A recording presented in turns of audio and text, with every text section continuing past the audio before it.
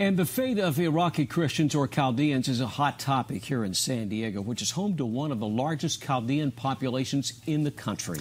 Our own Lauren Phinney is here with a local Chaldean leader to talk about the crisis. Lauren?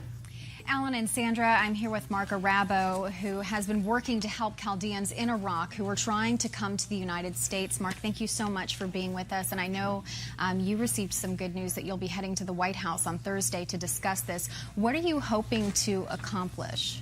Sure. Well, thank you for having us on. Christianity in Mosul is dead, and a Christian Holocaust is in our midst. And this isn't rhetoric, it's reality. We have hundreds of thousands of families that are being fleeing from the country, getting beheaded, being tortured, mutilated.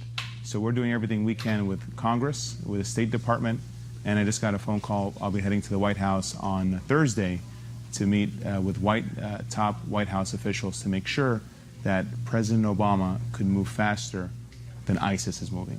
ISIS is fast, but we're asking for President Obama to move faster, and we're hoping that we'll have the same success as we've had in State Department meetings and also with members of Congress.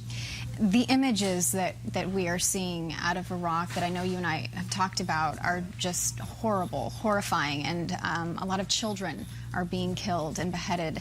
I know you're hoping to expedite visas so that, Iraqi Chaldeans can come here and get asylum. I know France is also granting asylum to Iraqis.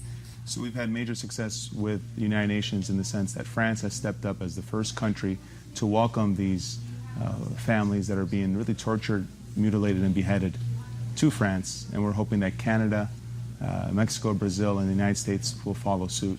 I could tell you that 50% of the folks that are being targeted are children. And the images I've seen are the worst images I've seen for my entire life. I mean, it's the most heartbreaking, heart-wrenching. They're beheading children, and they're putting their heads on sticks and putting them in their parks. They are hanging the moms, mutilating the fathers, and ISIS is moving at lightning speed. And this is not just the United States' problem. It's not just the Chaldeans' problem. It's the world's problem. And I'm hoping the world community comes together. This is a global humanitarian crisis that the world hasn't seen for generations.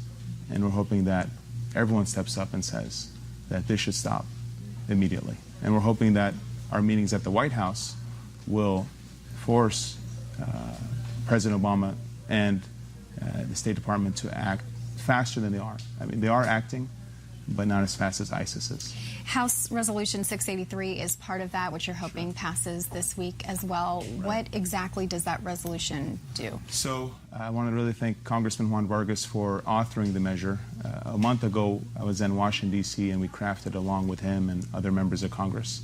Basically what it does, it increases the regional immigration ceiling and it expedites visas, and also calls for a safe passage for Iraqi Christians out of Iraq to neighboring countries until we find a new home for them. And one thing to be clear is we're not asking for more people to come to the country. Every year, the United States lets in 70,000 folks. Out of that, 10,000 come from the Middle East. We're asking for them to reallocate it. So keep 70,000 the same number.